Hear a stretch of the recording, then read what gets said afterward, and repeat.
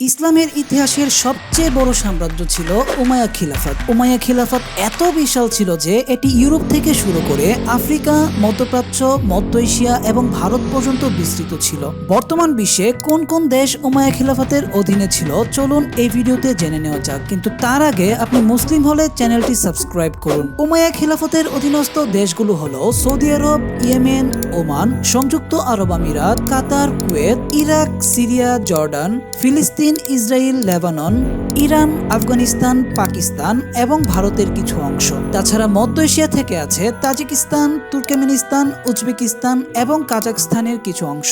আরও আছে Azerbaijan, Armenia, তুরস্ক, জর্জিয়া এবং রাশিয়ার কিছু অংশ। এদিকে আফ্রিকাতে আছে মিশর, সুদান, লিবিয়া, টিউনিশিয়া, আলজেরিয়া, মালি, মৌরিতানিয়া, পশ্চিম সাহারা এবং মরক্কো। এদিকে ইউরোপে আছে স্পেন ও পর্তুগাল।